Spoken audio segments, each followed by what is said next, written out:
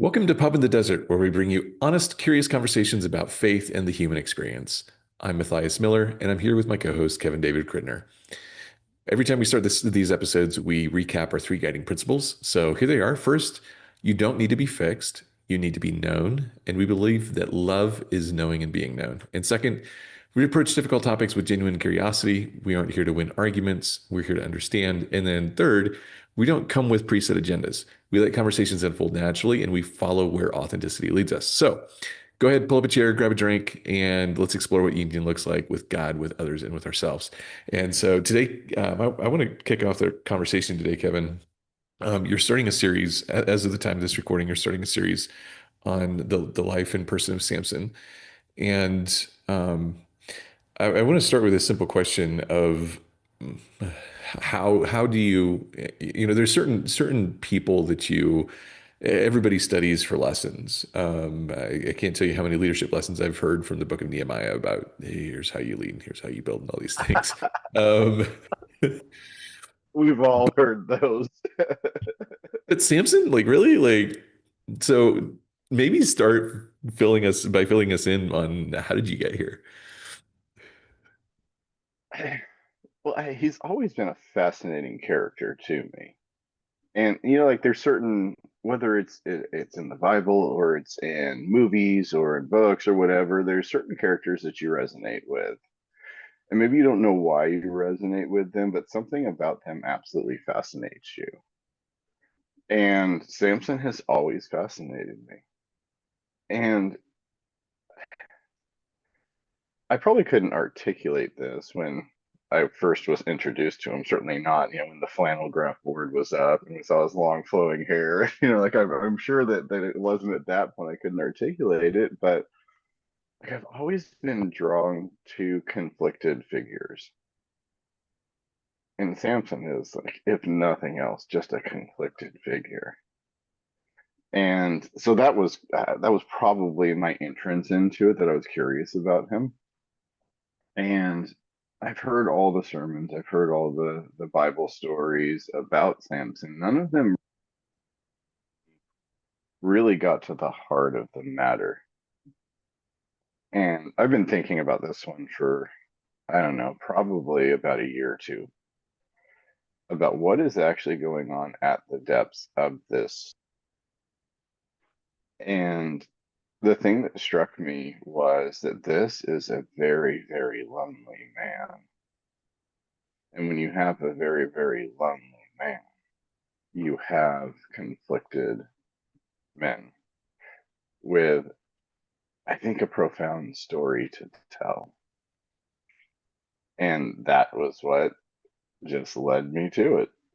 And it came across my last thing I'll say is it came across my radar again. So I've been thinking about this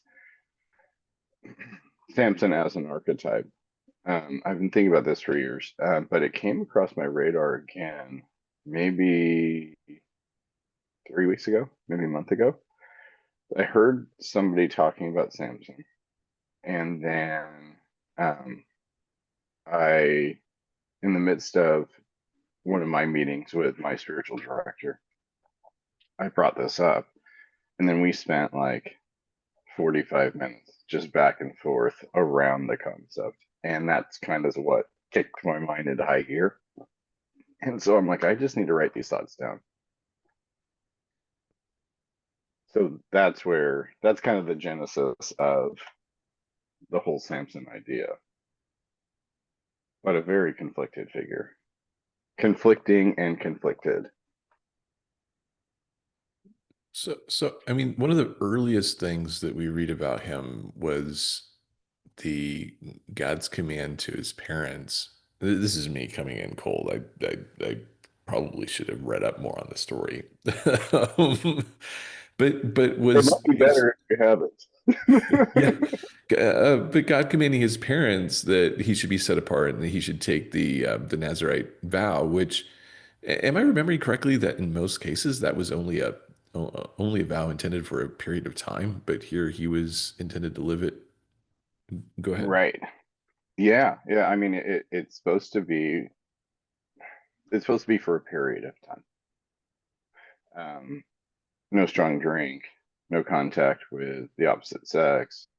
Um, this hair grows long. It was really this, to me, it seems like it was really this desert experience of you are set apart for me and I'm going to teach you, and like I am your entire focus, essentially.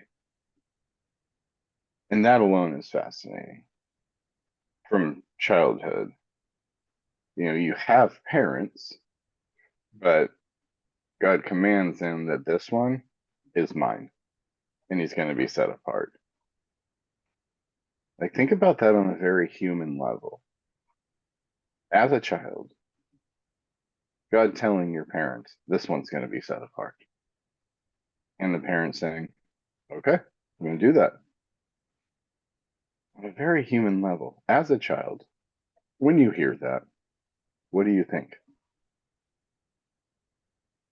Well, I mean, like, I can only imagine. I mean, first of all, growing up, as a younger kid, you're like, why do I have to be the one who's different? And maybe the differences didn't feel as strong when he was young. I don't know. But then as he grows and matures, there's also these questions of, okay, who is God to impose this on me? Who are my parents to? Did my parents actually hear God? Was this actually like? There's all of these questions where when a role in a life is imposed upon you, it's like it's very easy to start asking these questions and start resisting all of it. Right. And we, as human beings, we find safety in community Yeah. and in uh, conformity to a certain extent. Yep. And yet you're told from the beginning that your community is me. You're set apart. I just started thinking about that. How would that affect a boy at an early age? I mean, think back to when, we were in elementary school, middle school. Like, how important were our friends to us?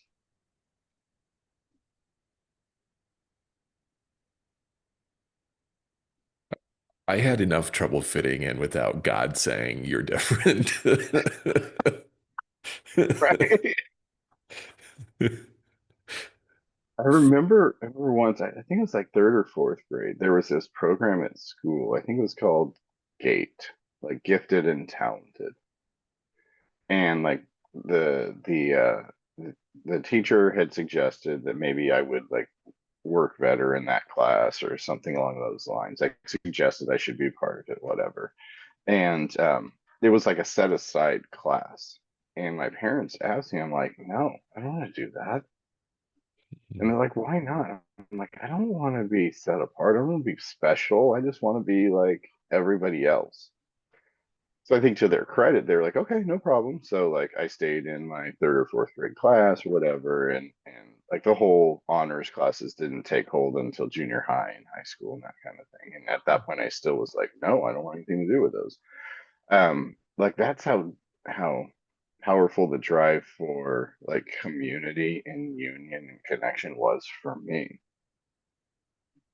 But like the Samson thing, the thing that's vastly fascinating to me is there's this woman, Delilah, and we like to demonize her, in the story in a very black and white sense. But Samson needs her for whatever reason. He needs her. She's betrayed him at least 3 times, and he still allows her back. Why? Like, think of any of us. Think over our lifetime.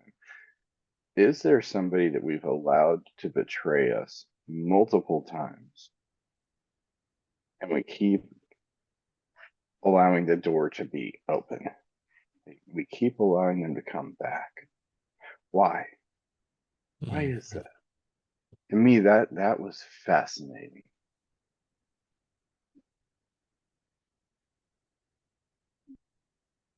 When we look at it, like the end of this story, You have this, she cuts his hair off, and his hair was a strength, a source of power, and all that kind of stuff. Maybe his source of power was his relationship with the Lord, and maybe he had found a new God, a more subtle, nuanced God. But he had found, it seems to me, he had found a new God. And I don't think it was a conscious choice. I think it was a subconscious choice. Mm. He needed the comfort of, he believed he needed the comfort of Delilah. Right. So the turning point to me is not his hair getting cut. The turning point to me is at a certain point after all this, he lays his head down in her lap. To me, that's the turning point. After all of this, after all the betrayal, after all that has gone on, he chooses to lay his head down in her lap. Why?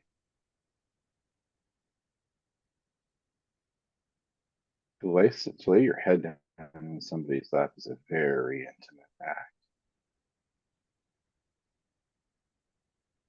And yet he's been betrayed multiple times, and he's still looking for that intimacy. And he lays his head down in her lap. To me, that's the moment. It's like, oh, this guy's gone, Yeah. and he ain't coming back.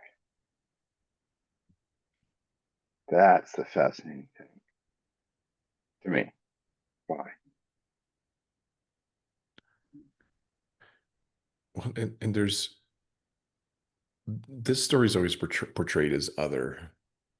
I mean, yeah, I have friends who are maybe, have some shot at, being as strong as him. This might not be that's not where I'm at right now. Um, you know, there's this guy, he's super strong. He's called, set apart by God. And it's easy to set him apart as other in that way. And then he makes these quote dumb choices, and obviously that's just him. How do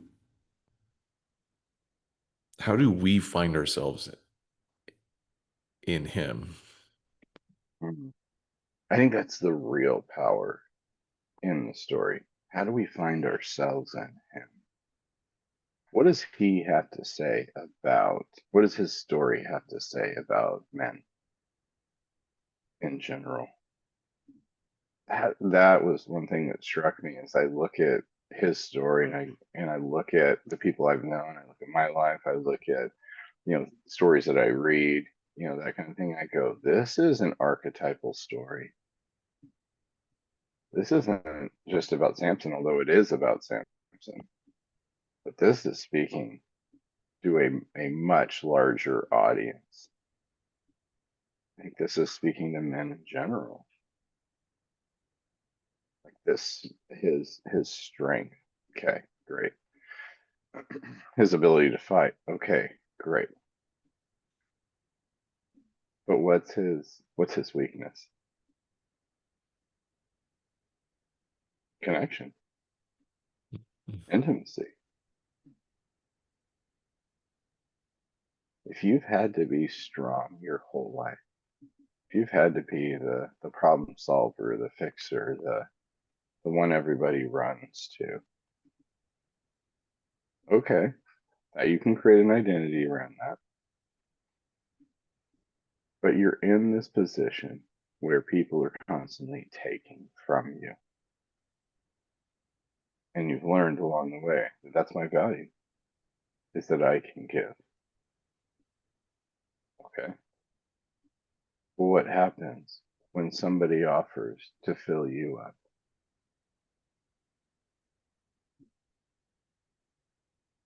It could either be the best moment of your life or the beginning of the worst moment, Right. depending on the character of that individual. Right. And yeah, And it becomes such a need that it becomes very difficult to employ any level of self discipline or discernment in that moment. Right. It's almost like when the deficit for connection goes low enough. It really is turns into blinking lights and sirens. Yeah. Blinking lights and sirens that you are unable to see, Yeah. unable to hear, because the noise of that connection overwhelms everything else. Everything else. And I think it's interesting. Like he's blinded, right?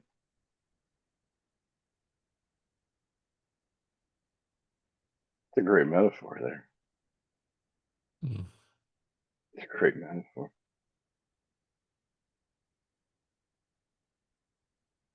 He's blinded. He's paraded. He's chained up. He's made a spectacle of. Look at this strong man. Look at your hero. What is he now? And he wasn't conquered in battle. That wasn't happening. He had to be conquered another way, through his heart.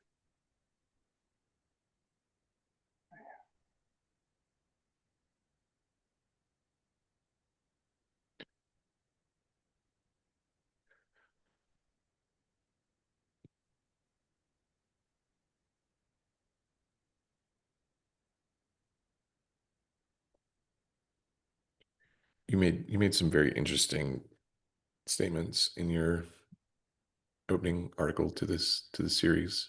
Um, you were talking, I forget exactly how you phrased it, but you were talking about when the weight of external responsibility trumps the capacity that you have to carry. It's not the words that you're saying, just them grossly, you uh, Paraphrasing it. paraphrasing. Yes, hopefully not misrepresenting, but grossly paraphrasing.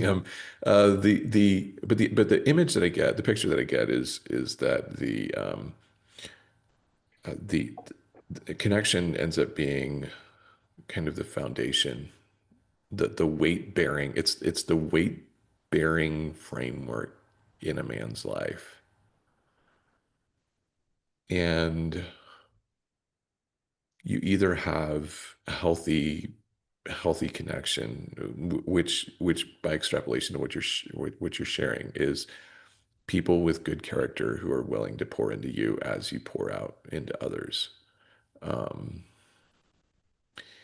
and when that fails, then it just depends how high you build. Uh, how high you can build depends on the strength of the foundation, and the level of props that you need depends on, it's a factor of how high are you building and how strong is your foundation. And the weaker your foundation, the more props that you need to support. And the higher you build, the more props that you need. You really don't need any props to build nothing. Yeah. Foundation doesn't have to be too deep or thick. No. Yeah. There's an interesting contrast because it inevitably leads, you say that the character of the individual that you are connected to um, plays a very important role, obviously. Um, there's some contrast. There's Delilah, obviously. She's emotionally manipulative and betrays him constantly. She wants something from him. And then you got a contrast of a character like Ruth, who doesn't want anything from him, from Boaz. She wants him. It's almost like we could do these character studies of these two different people. and be able to see, okay, this is what I'm looking for, this is what I'm not looking for. But if you're in a desert and you've been there for a long time and you come across an oasis, you see water. Now, logically, we know we probably shouldn't dive headfirst into that water and just start drinking and drinking. On a physical level, we don't know if that water's real. It could be a mirage. It could be polluted. All those kinds of things. But when you're thirsty, when you're dying of thirst, you dive in. The consequences at that point don't matter when the burden is that heavy. And I think for too long we've shamed that instead of looking at it and going, okay, what happened here? Understanding what happened here. What happened in the soul of that man that made it worth it for him to dive headfirst into that oasis? What happened in the soul of Samson that he was able to set aside all logic and critical thinking and continue down this path with her?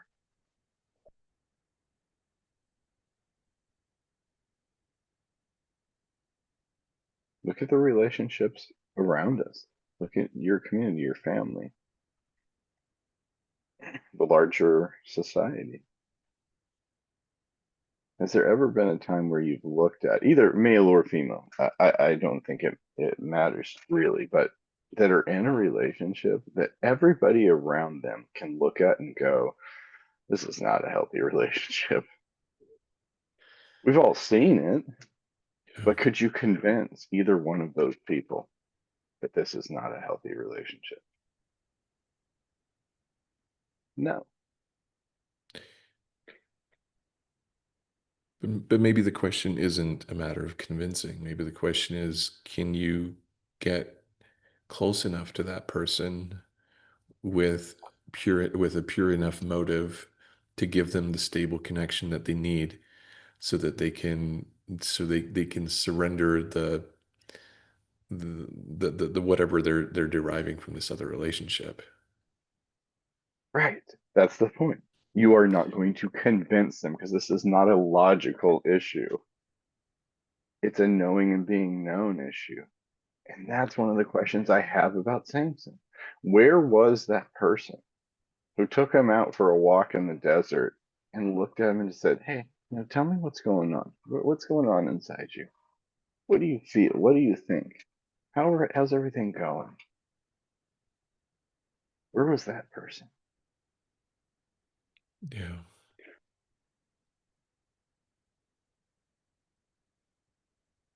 Everybody else was too wrapped up in what they were getting from. Well, when you're a well-resourced person in whatever capacity, I mean, you pick it. Uh, physically attractive, wealthy, productive, well Famous. networked, famous, fill in any kind of resource by which you're above average. Of course, people are going to want to extract things from you. They want that thing that you have. And and if you've been blessed with any kind of an ounce of generosity, you are going to want to share with the people around you. And yet, I've just finished listening to this audiobook, and a friend had recommended it to me and was asking, just like, hey, what's your opinion on this? And it was the biography or autobiography is written by the lead singer of the Red Hot Chili Peppers, a guy named Anthony Kiedis. I didn't know much about him. Knew his music, obviously, but didn't know much about him. But 14, 15-hour long audiobook. The one thing I saw is his entire life, everybody wanted something from him. And it led to massive drug addiction, cocaine, heroin, whatever he could find. And he couldn't keep away from it. And the only time he could keep away from it was when he was in a relationship and then that person became the drug. They wanted something from him, and it broke my heart because towards the end, I don't think he ever put, and this was written early 2000s, so way back when, but I don't think he ever put together two and two, Mm. that it was something, somebody always wanted something from him, and he gave and he gave and he gave, and it just emptied him out. And then he got really narcissistic, really self-involved, really addicted, all those kinds of things. And then you're just an addict, you're just a junkie, you're just a no. This is an empty man who isn't being poured back into. That it just really, really struck me. And he comes to the conclusion at the end because he'd been clean for about 5 years at the point where he's writing this book. Hope to God he's still clean. But he comes to the conclusion, he says there's two things that kept him sober. One was a friend of him has bought him a dog for his birthday, and he had always wanted a Rhodesian Ridgeback. Um, Beautiful, beautiful dog. A friend of his bought him a puppy, and this puppy became like his everything. And he said, when I wanted to go get high, I would look at my dog and I would say, he has never seen me high. I don't want him to see me that way. So that was a touch point. And the other was he had to do things for others, other addicts, walk with them. And he tells a story about he would go to a meeting regularly, and he would go intentionally go half an hour early so he could set up the chairs for the meeting. And another thing that he thought was, if I go get high, I will not be there that half hour early to set up those chairs, and I can't do that. Those are the two things that he clung to. One, he's getting filled up. That dog is excited to see him, loves him, always wants to be with him, that kind of thing. Beautiful thing. The other one I had questioned was, okay, now you're being of service to others, yes, but it's another emptying out Mhm. of you. What Right. about you getting filled up? And I just wonder if that is just, we want to talk about epidemics in our world. Maybe that's the one epidemic that we're not talking enough about, the loneliness of men Yeah. and how they're being emptied out. And we want to talk about the negative effects, and nobody's excusing the behaviors. Right. But what's driving those behavior? What's driving the addiction? What's driving the promiscuity? What's driving all these things? Can we actually look at that and see it? Or do we simply just toxic masculinity? Right. There needs to be a shift in the cultural conversation around these things, in my opinion, in light of the Samson story.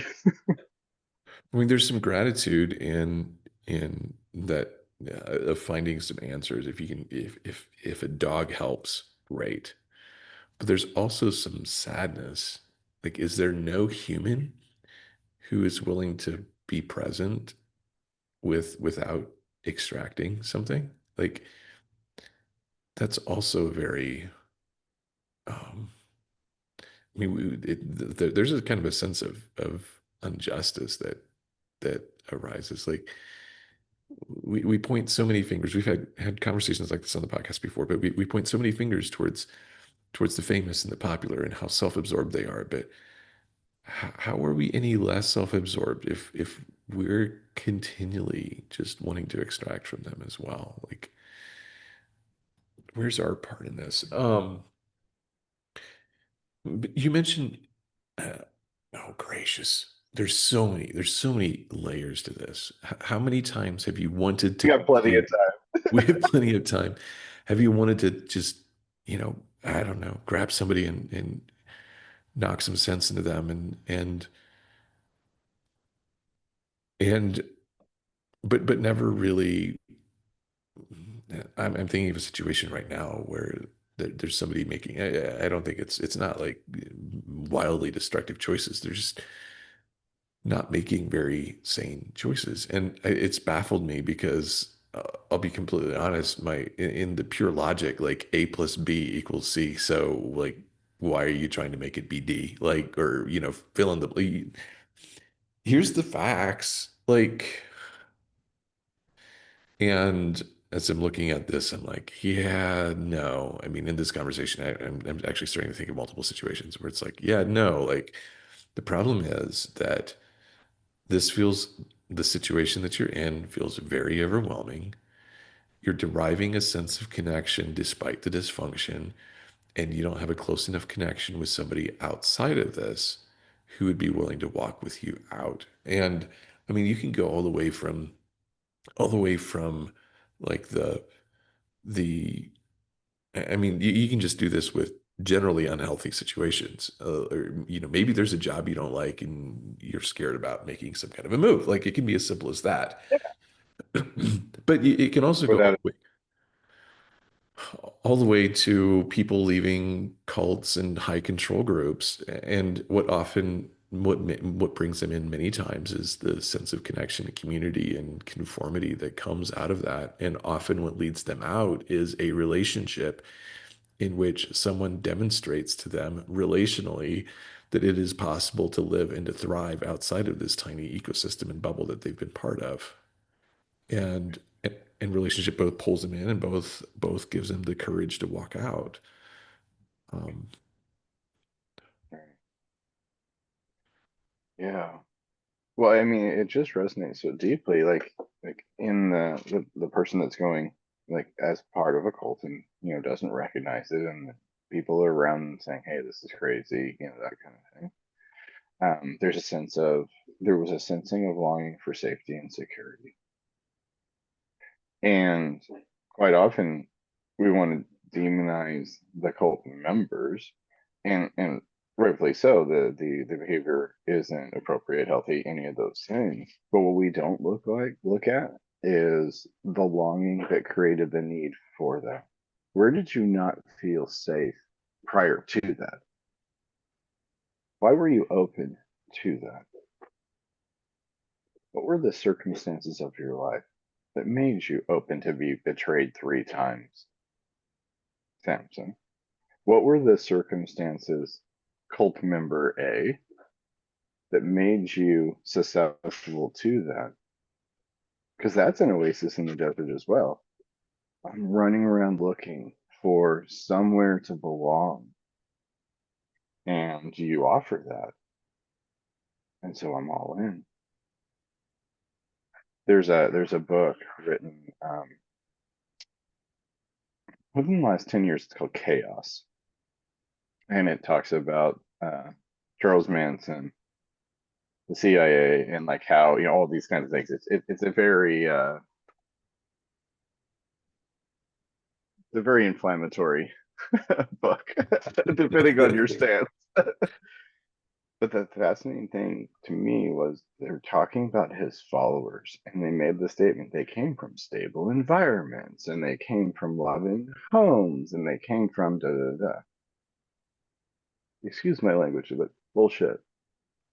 People who come from stable environments and loving homes do not end up in cults. Bottom line, they don't end up in controlling environments.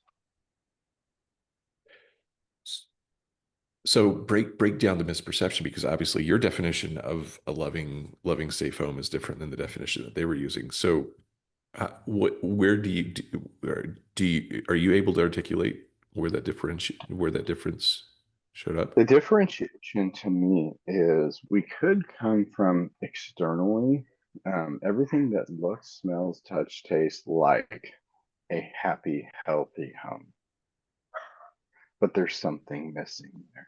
Because if there wasn't something missing, would not go looking for another home. They would just simply wouldn't. It's not how human nature works. So there was something missing. And to me, the missing thing is the knowing and being known. Truly, this is who I am. There was a longing in those people that went unknown for too long.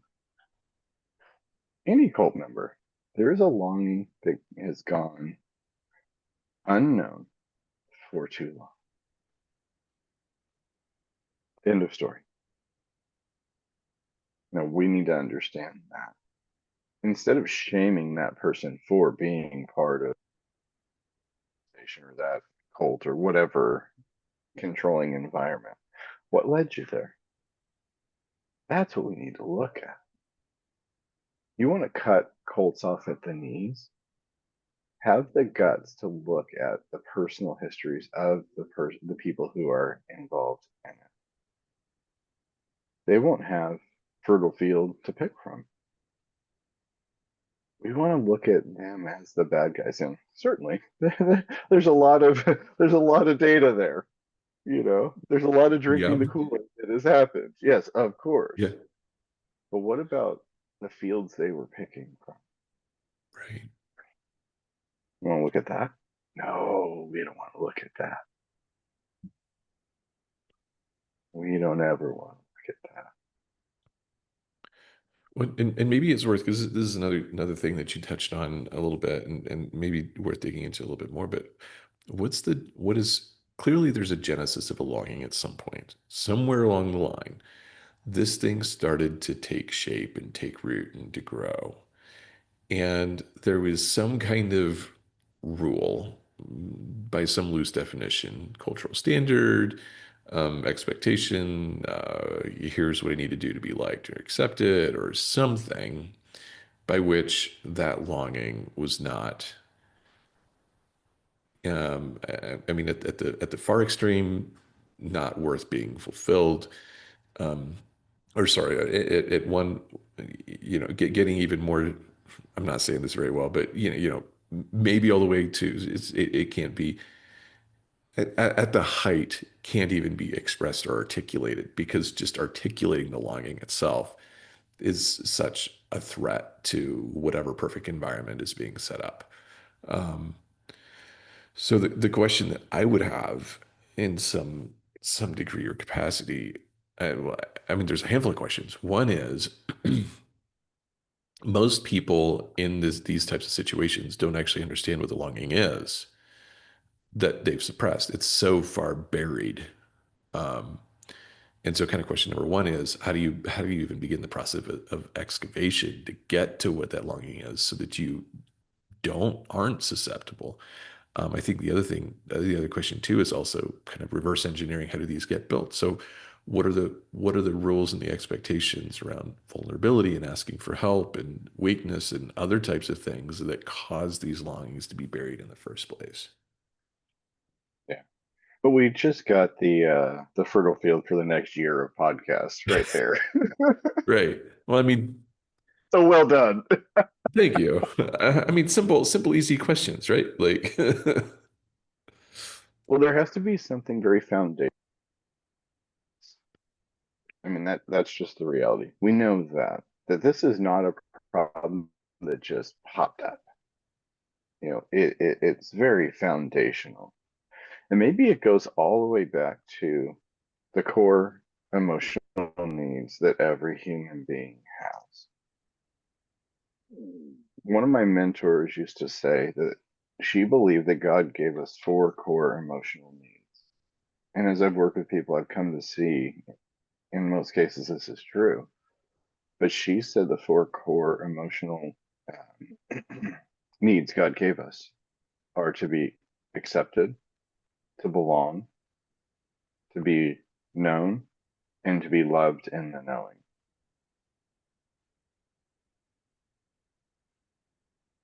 Foundationally, we were designed to receive that from God. The acceptance, the belonging, the knowing, the being loved in the knowing. We were designed to receive that from God. Before, right now, there's this Rumi poem, and he writes this line, and it's been resonating through my head over the last month or so. He said, "Beyond right and wrong is a garden. I'll meet you there." And I see this return to the objective reality, the true and falseness, presence of God. He defines what's true, he defines what's false. And in that is such safety and security. The rabbis teach that prior to the fall, that's all there was true and false. It was straight objective. What God said was true is true. What God said is false is false.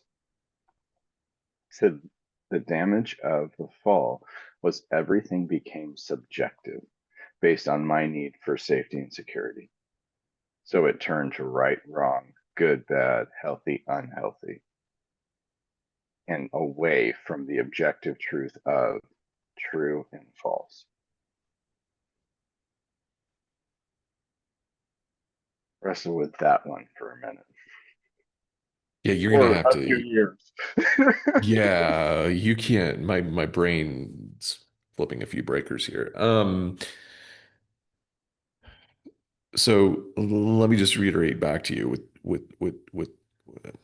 the fundamental idea is before the fall, God is present. God is the definition of reality.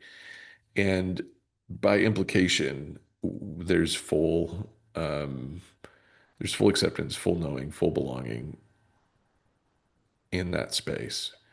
And the distortion of the fall, and we've talked in the past about just the concept of sin as and a definition of sin as wounding, but there's a distortion of our desires such that our own our own needs really become the definition of our reality, Yes.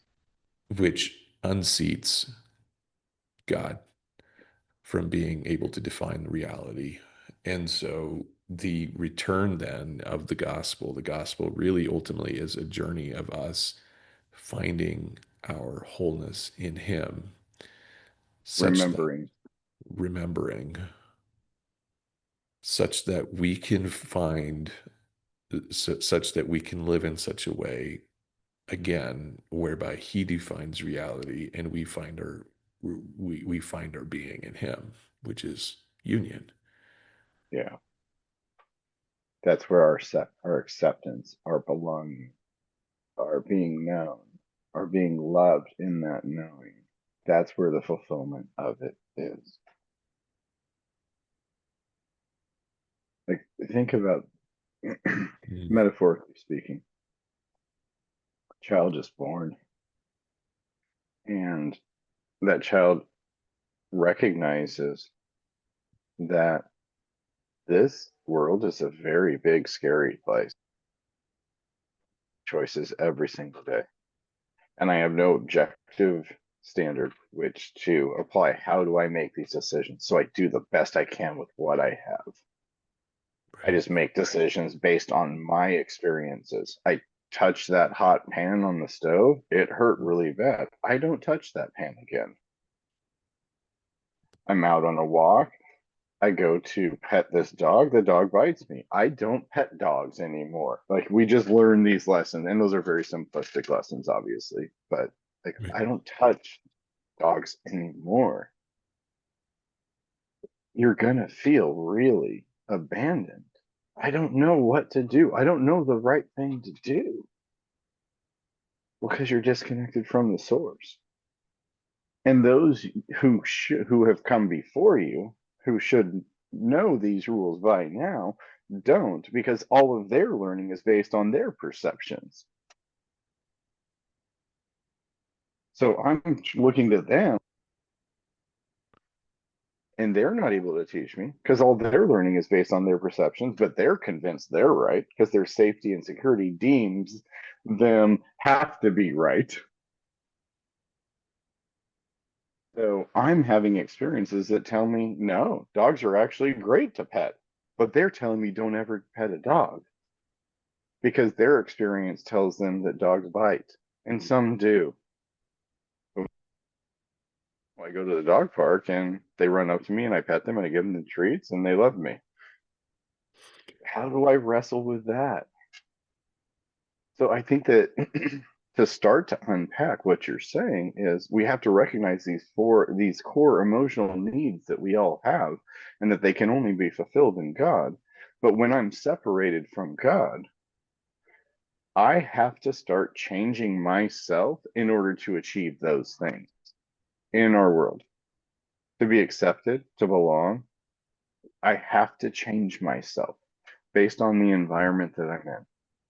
I mean, I don't have to, obviously, but the pull to change myself to be acceptable, to conform, to have community is so utterly powerful.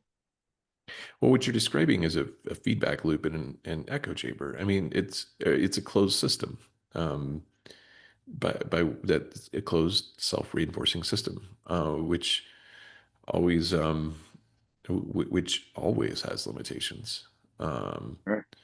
and that feedback loop is going to reward certain types of behaviors, and so I don't see any way. Go ahead. Yeah, think about this.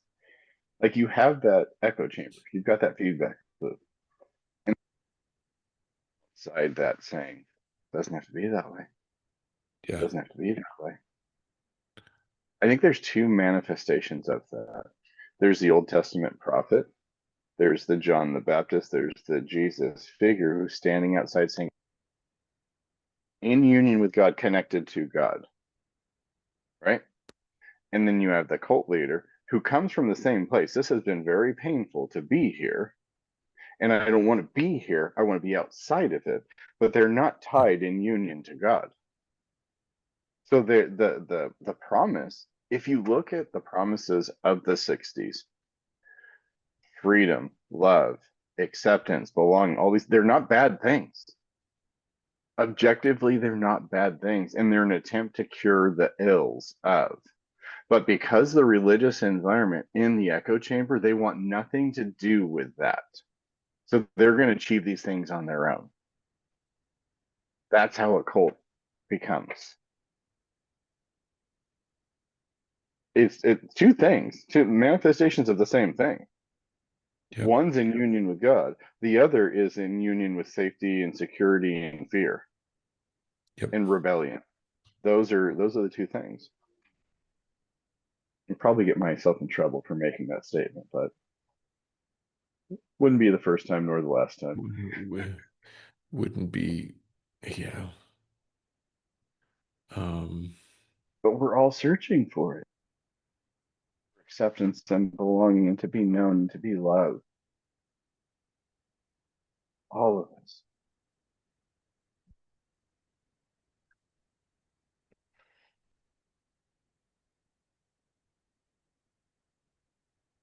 I think another challenge with this is that it's so difficult. Okay, so conceptually, jumping back to Samson, it makes sense. Like, of course, Samson, you should go live your life by what God said. Great. You know, making the statement, the inference, it's easy.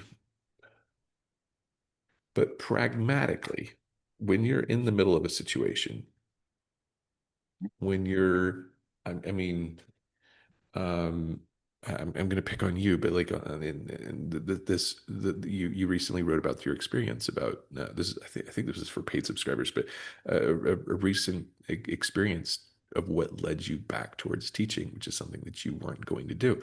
When you're looking at major life events, when you're looking at a situation you don't know what to do, of course it makes logical sense. Well, you should look to God, but functionally, tactically, How does that play out?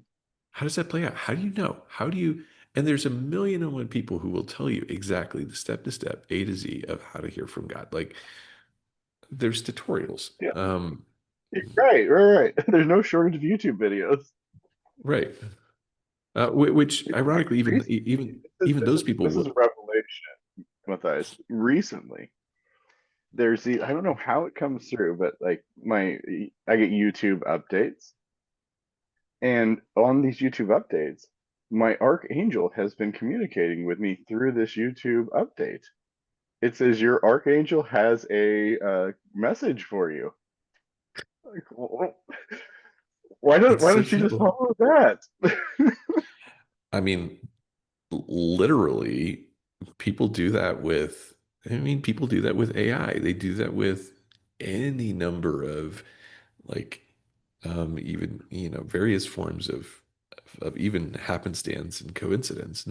Not to deny that God doesn't intervene in the daily parts of life, Oh, but but but talk about that being in a desert and seeing an oasis like this. If you're really struggling and you don't know what to do, and all of a sudden this email comes across, or this post comes across, or this YouTube video comes across, and you go, "Oh wow, this is directed for me. I've been starving for connection, and now all of a sudden this is for me." That's a dangerous place to be in. Well, this is the word I've been needing. when that's where even highly prophetic cultures can end up reinforcing people's dysfunction because it's like you can share something and no matter whatever, like let's you can just say anything nice, friendly, upbuilding, happy, whatever, and it's like, oh, that really hits. I really needed to hear that. That must be God because I feel good from it. Like again, it sounds like I'm really anti everything. Like, I mean, like, but there's I'm anti everything. I mean, Ke- it's not a bad stance to take. Kevin's just shrugging his shoulders, he's like, okay, great. Um, and it's maybe one of the reasons. I mean, through admittedly through your influence, but one of the reasons why increasingly it's become less of all of that stuff. And like, can we just go back to the very foundation of love? Like, can I please be known? Can I make well, it's love rooted in wow, I can't even talk in truth and reality. It's like, okay, here's this mirage. This looks amazing. All right. Um, you and I have had conversations about the fact that I don't always like my skepticism and cynicism. At the same time, sometimes I'm very gullible and susceptible. Like there's no like whatever, but let's employ healthy skepticism. Like, okay, like there's this amazing thing. Like, okay, great. Like maybe he is. But can we investigate? What's the truth? What's the facts? What's the outcome? Yeah. Um, I have to think of this. This is diving down into the realm of miracles, but I have to think of John G. Lake and his scientific studies that he had people do, which and I don't know just a ton of details, but it's like if these things are true, if God's real, like why is he so? I think people sometimes take Jesus' statement about no sign being given to this generation um, as kind of like God's not really in favor with being investigated. But but but if God lives in truth, is there not this world in which not through our own scientific superiority or humanistic superiority, but can we take an humble curiosity to investigate what is true, what is real? Right. And so this We use process that that good. a lot. No sign will be given. But what does he say before that? A wicked and adulterous generation asks for a sign, but no sign will be given but the sign of Jonah. What's the sign of Jonah? I mean, just most simplistically, it seems like the message of Jonah was repent. Yeah. Well, Jonah's given this opportunity. He's given the information. The word has come to him, and he Yeah, doesn't like it. right. He's like, "Nah, not going to do that," and he runs away. And his actions have consequences. Like this is the sign that you've been given. You're running away, and your actions have consequences. That's your sign. Look at your world. Yeah. How is your world playing out? You're so right. You're so connected. You're so authoritative. Where's the peace? Where's the joy? Where's the union? Where's the community? Where's the true and false? Yeah. You're operating in subjective realities as if they were objective. This is true and false. Really? Really? Okay. The sign of Jonah is that sign. You're running away from union, you're running away from love, you're running away from connection and grace and mercy, and there are consequences for that. That's your sign.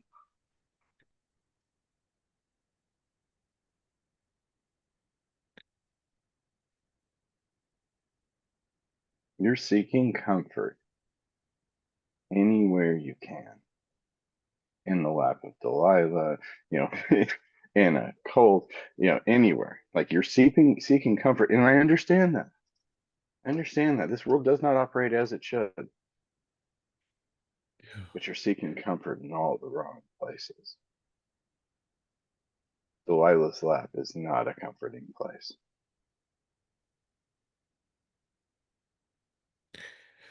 So if you want to take this to kind of a logical conclusion, one of the best skill sets to develop and cultivate over time is what what does true comfort look like? What does his grace, what is the experience of his grace, his love, his acceptance, his knowing? What does that look like? What does it look like to be home in him, not in the world? And there's a very experiential sense to some of these things by which um,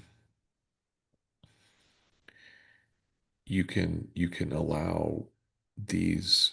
eh, Uh, well, let's just stop with that. What are your thoughts on that?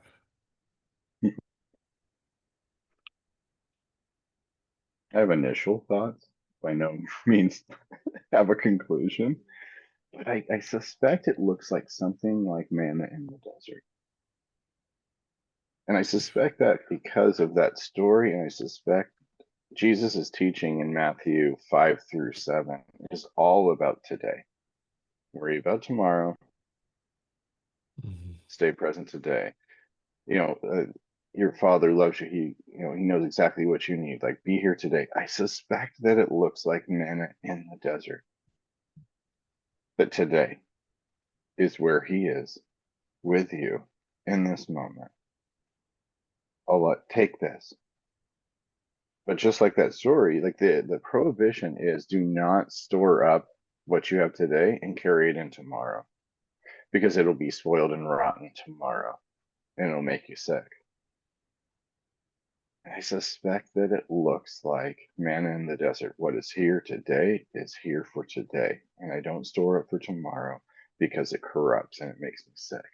Whether that's finances or it's relationships or it's whatever the case may be. You look too far beyond today, you get sicker and sicker and sicker.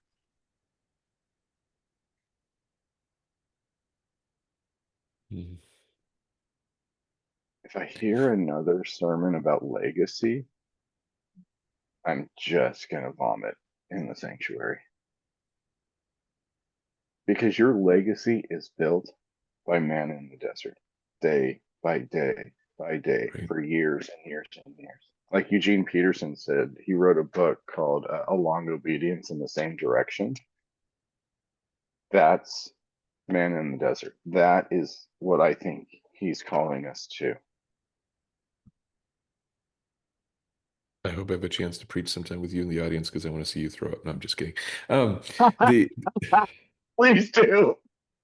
um, no, I mean, this is very, very, very fascinating. So it's very interesting. It seems to me like a lot of the ways to sell people something is to get them out of their present situation, either into their past.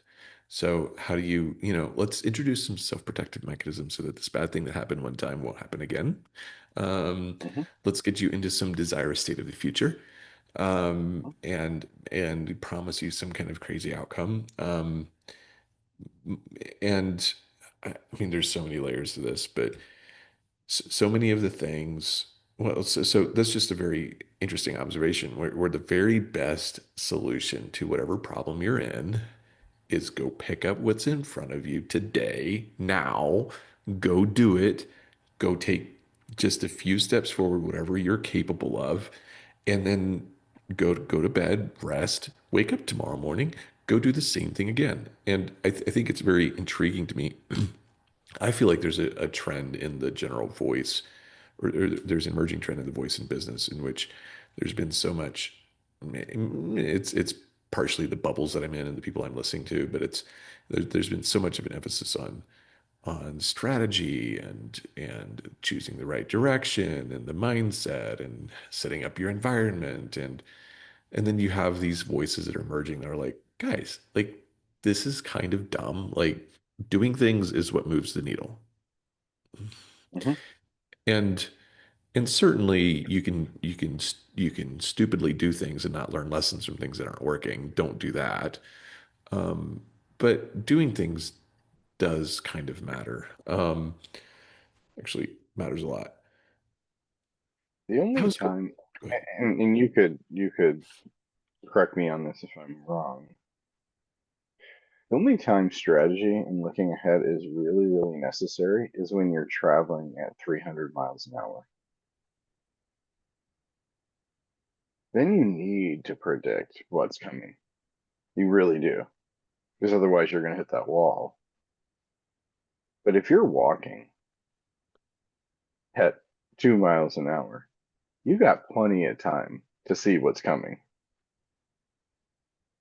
And really, isn't this the way of the monk, of the mystic, of the, whatever manifestation you want to think of, is slowing down to today? What's in front of me today? What can I do today?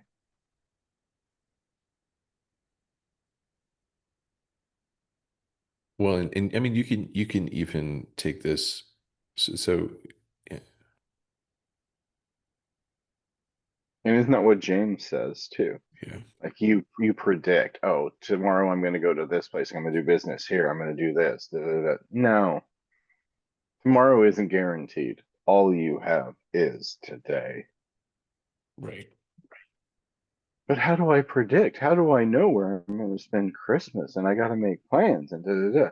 Okay, but are those urgent things, or are you walking through that? Are you driving by at 300 miles an hour, or are you walking? It's hard to see beauty out the window at 300 miles an hour. It's really easy to see it when you're walking down the street.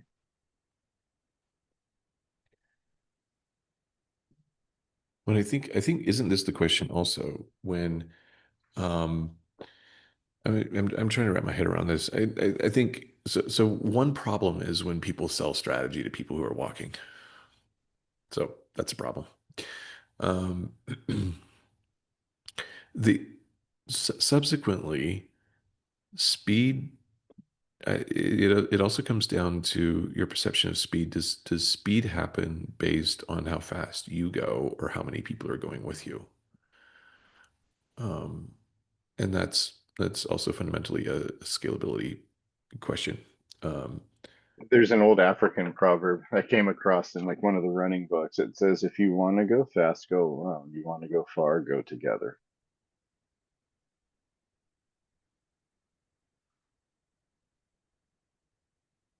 Urgency immediately means alone. right.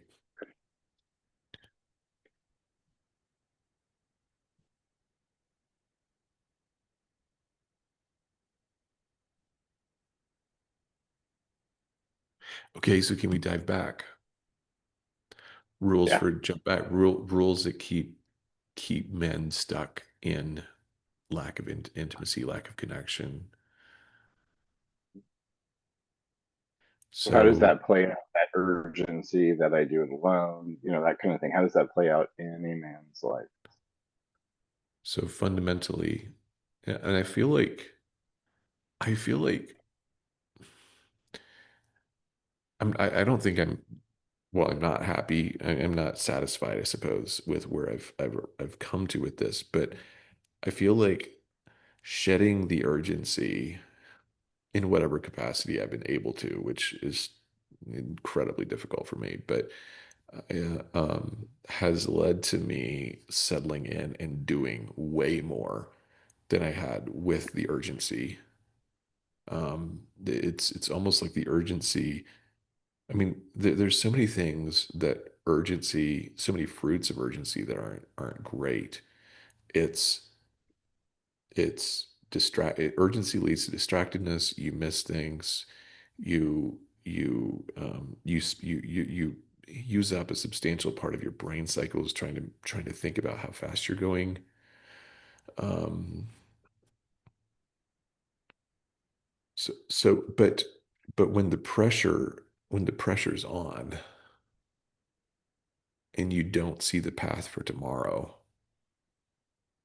how do you surrender urgency? And is this just a resilient? I mean, for me, I feel like there has been some level in which I've learned to just shut it off. Like, not always, but I mean, I'm sometimes shocked at the problems that I tolerate and just ignore because what is there to do about it? I mean, Right. so What if, what if good.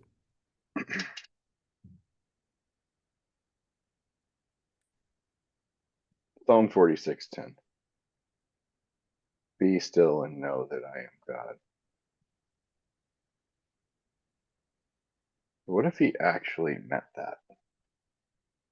In these urgent situations, which you're all revved up and you have to go do this thing and you have to do this thing and this has to be this way.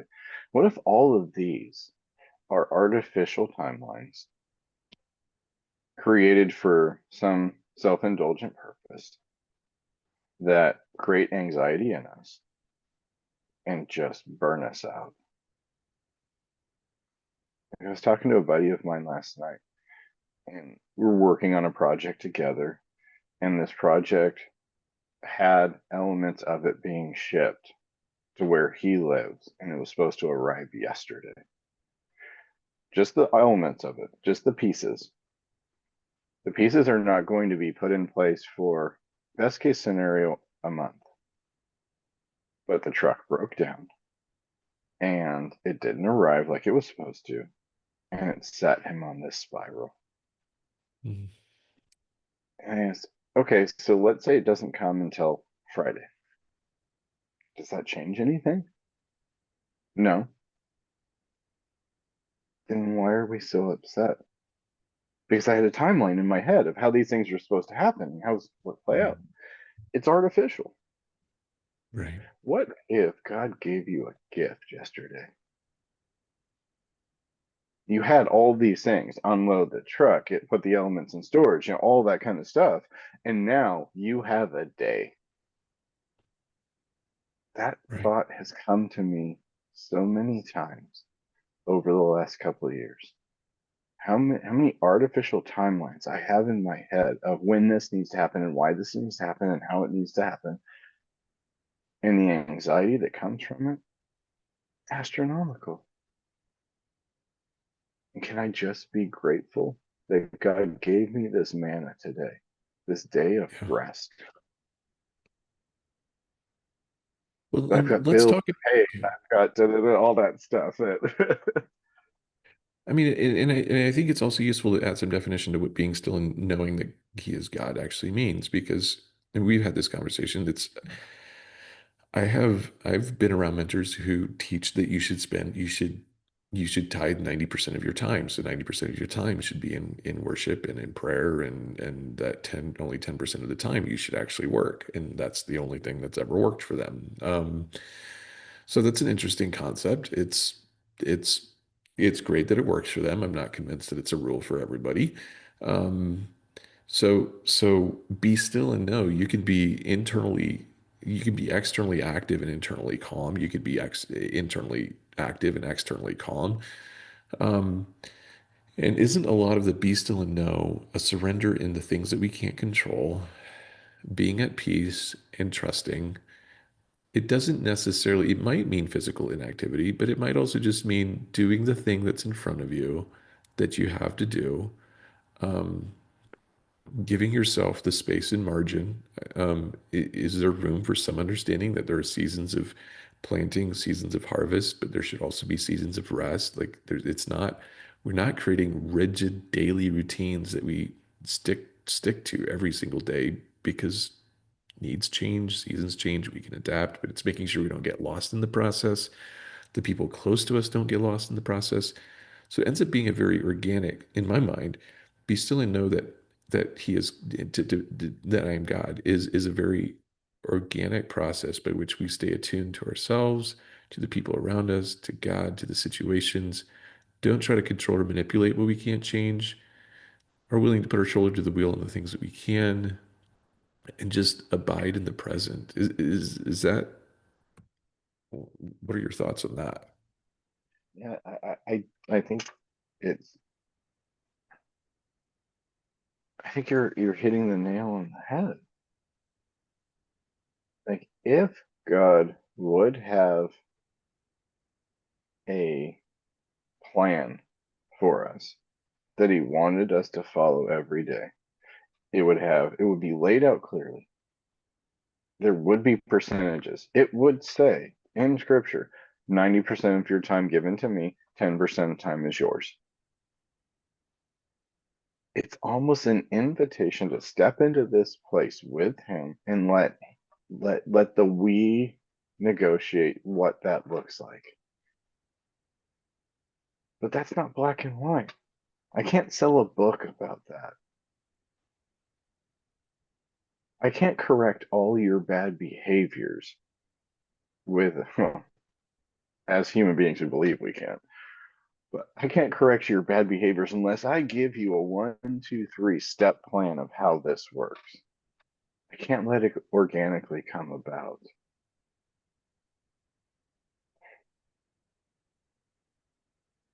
It's just another method of the machine. Go read the Bible in a year. Okay, if that's what God is calling you to do and that's what you feel led to do, by all means do it. But if you cannot do that, if you set out to read the Bible in a year and you get to Numbers and you quit, was that really God calling you to do that? Or is Right. that a self imposed self regulation program? Maybe He's calling you to something else. Well, I wonder if some of the things around goal setting. So I've noticed I don't like setting goals that I don't have a reasonable expectation. So some people love to set crazy goals and are like, oh, I'm gonna shoot for the moon, and even if I whatever, like to me that's just dumb. Like, and if you like to do that, no problem. Like that's great. If it works for you, great. It doesn't for me. I'm too rational in this. If I can't hit it, then why set it? But I've also been tried to become a lot more attentive about working with him to establish what that goal actually should be before I commit to it. So so even something as pragmatic as I mean I have specific metrics at work that I'm measuring on an ongoing basis, all that I have can largely have control over. Um, I have but if okay, there's certainly a place in which that goal can become an idol. It can trump other things. But if if this is something that's truly important, and we allow room for him to renegotiate, we allow life adaptations in life, all the caveats that need to be given. But goal setting to me then becomes a negotiation in which what fits what is an appropriate level of activity that fits the anticipated level of disruption with the current capacity that I have. And you can't get away from the fact that you have needs. You need a certain amount of sleep. Um, you, in some capacity, need a certain amount of income. Um, in most cases, there's a certain amount of time dedication that's required to that.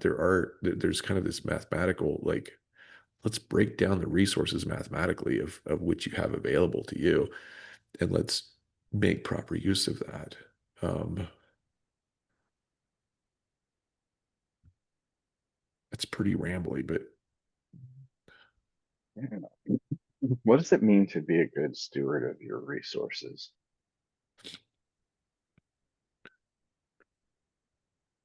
Time, money, relationships,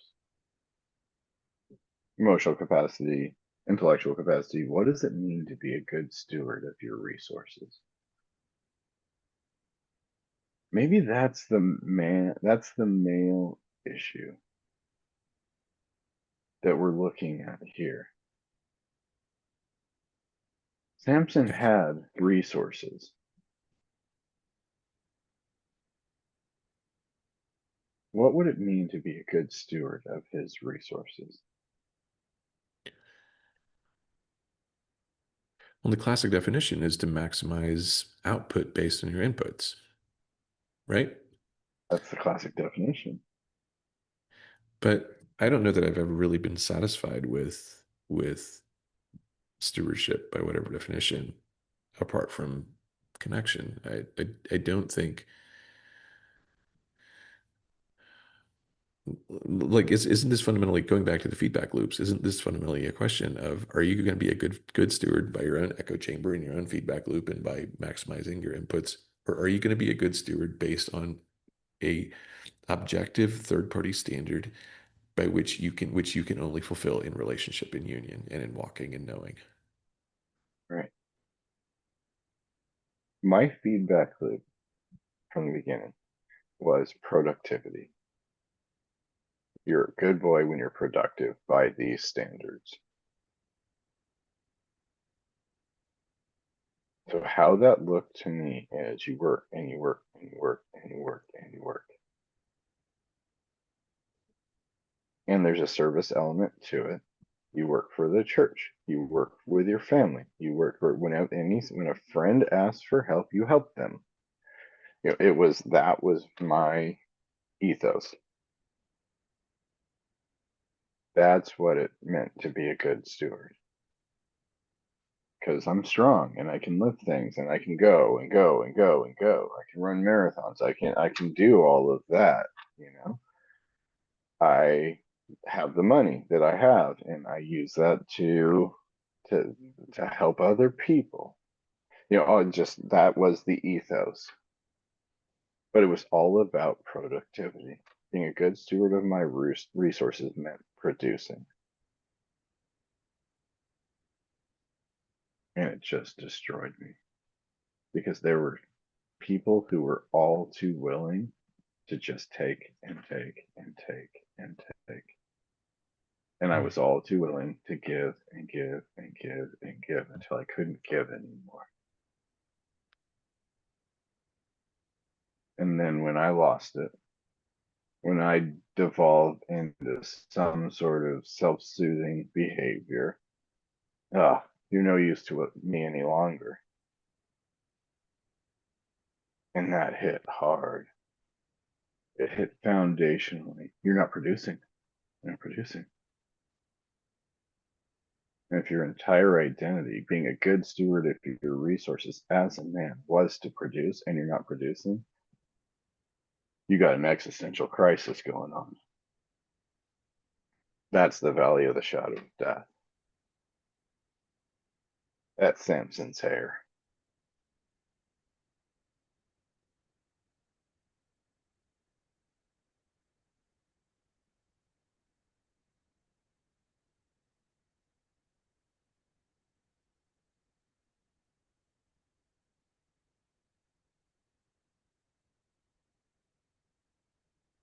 So what do you do at that point?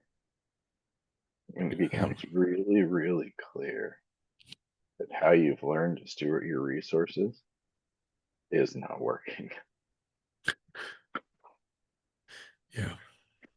And you've got really, really clear evidence that it ain't working. When in most of these situations, it's like there's some assumption that there's some part of it that you're doing well.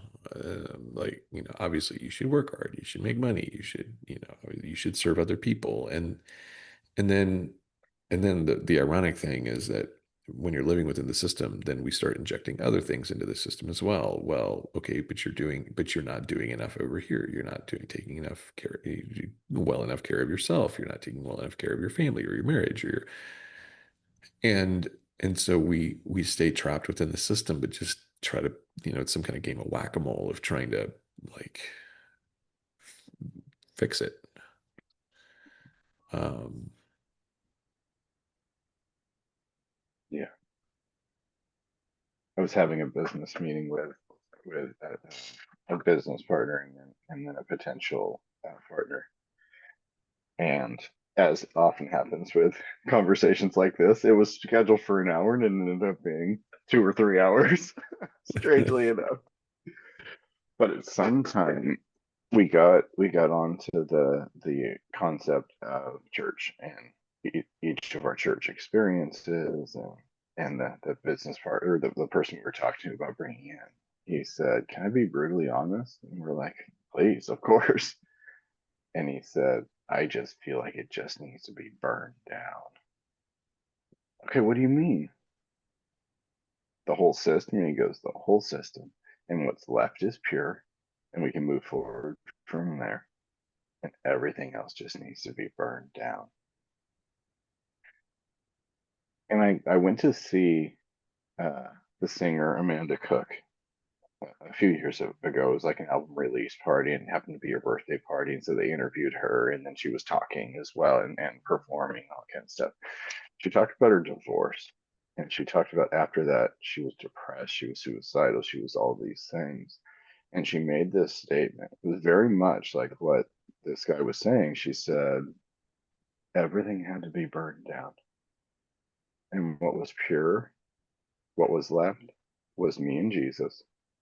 And I rebuilt from there. And I wonder if individually we have to have this burning down and what's pure is left, and we move forward from there. I wonder if we all have to have that.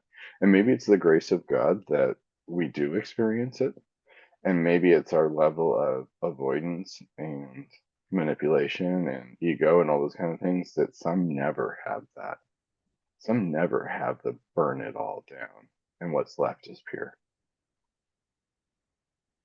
well, here in Colorado, we're very familiar with, well, California as well, forest fires. I mean, it can be a very natural way for ecologically just to clean things out and start over and create room for new growth. And scripture talks about the idea of pruning and things getting cut back. There's the idea of the year of jubilee in which things kind of get reset, start over. Like this idea of their, I mean, we see this in the seasons in an agricultural way. It's like, yes, you plant, you harvest, depending, and there's all kinds of things about soil care, but potentially you just allow the things to decompose into the soil to provide nutrients for the following year and all these other type, like there's whole science around this. But the idea of cycles by which things get demolished in some capacity so that what's real can emerge from that is very much, it's a fact of life. It's very evident as we look at creation, at the world around us, and as we look at scripture. And so the question then becomes, are we going to I mean, are we going to allow a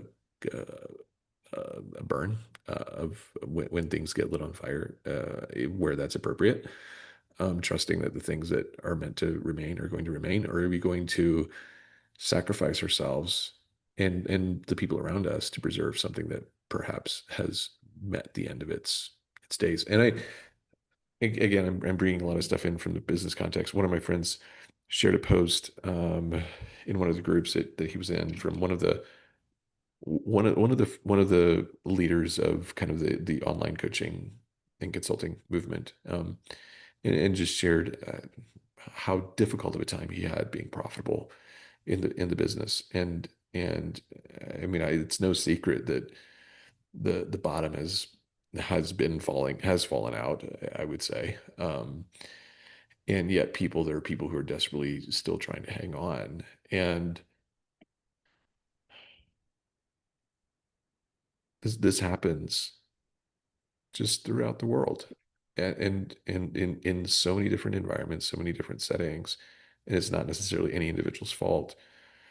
And I think that the maybe the most fundamental question, and maybe tying all of this stuff together, is when that happens, who are you going to sacrifice in the process? And do you have the relational foundation that you need to rebuild from the rubble? Because you will find out who your friends are. Yeah. When the fire gets set and everything is burning down, you will find out who your friends are.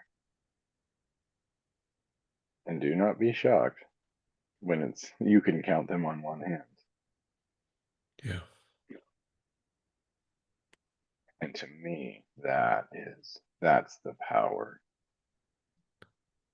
One of the blessings of the burning down is you find out who is walking with you, who's willing to go through the mess with you. It really becomes a litmus test of character and motive. Yeah, without a doubt. Without a doubt. Wow. So when Samson's house burned down, where was everybody? Who was there?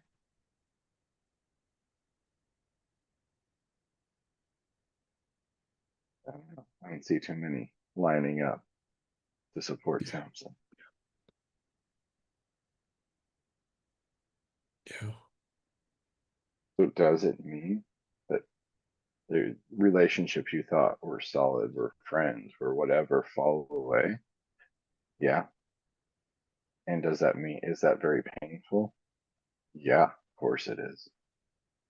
But is it an objectively bad thing? No.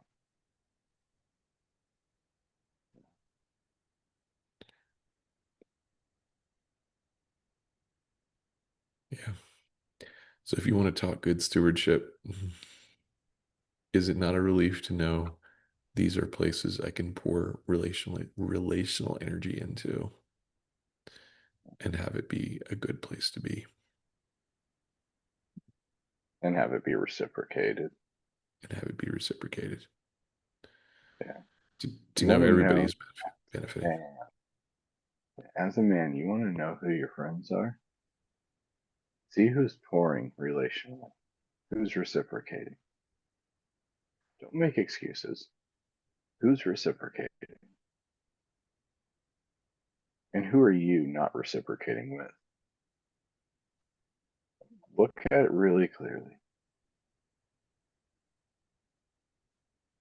As a man,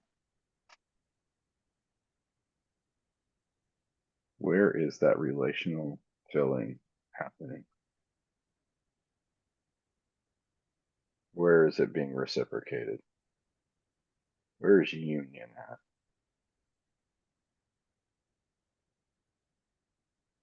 If there's not union, if you don't see the reciprocation,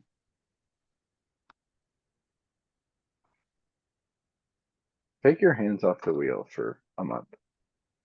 Don't reach out. Don't whatever. See what happens. And not in a cynical way, but in a litmus test way. That's okay. You've got relational connection. Other places you need to fulfill that by all means. Like I can just let that go.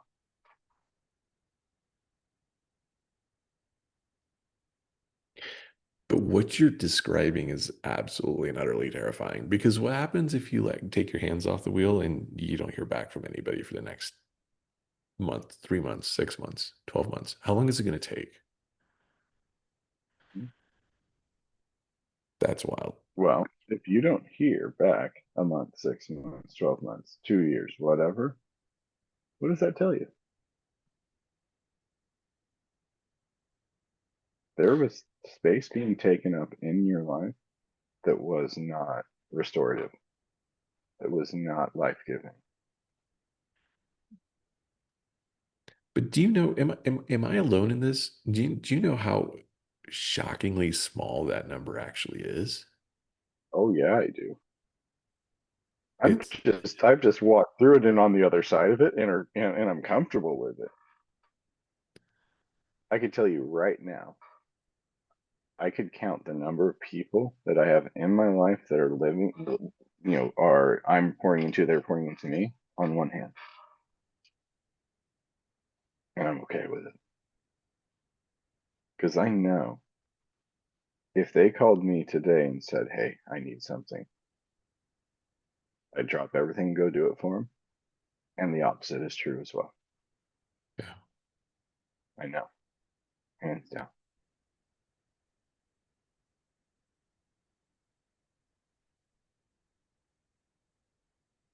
Now, would I like that number to be bigger? No, I honestly wouldn't,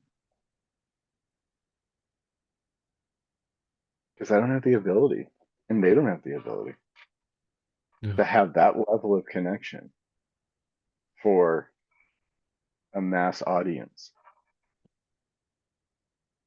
it's not possible. Not possible. And you end up like Samson, chained to the pillars.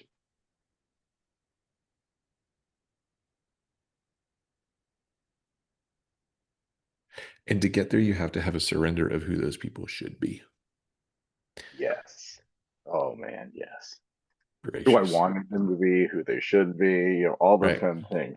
Just Just like, who is let it? it go. Let it go. Wow.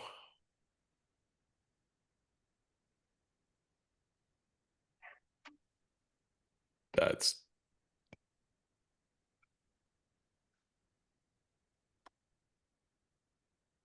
that's profound right there.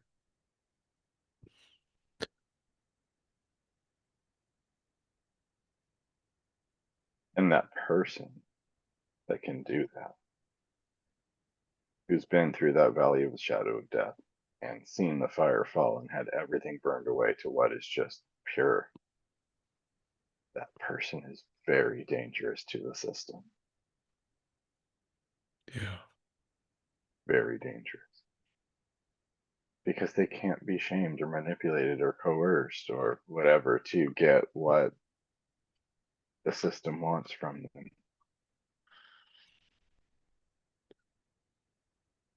Be it the world system, the church system, the economic system, whatever the case may be, whatever system you're talking about, Right. they become very dangerous.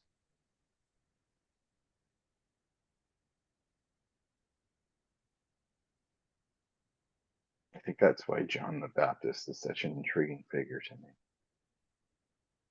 Talk about a guy who did not care, would walk into Herod's court and go, "Hey, you married your wife's your brother's wife.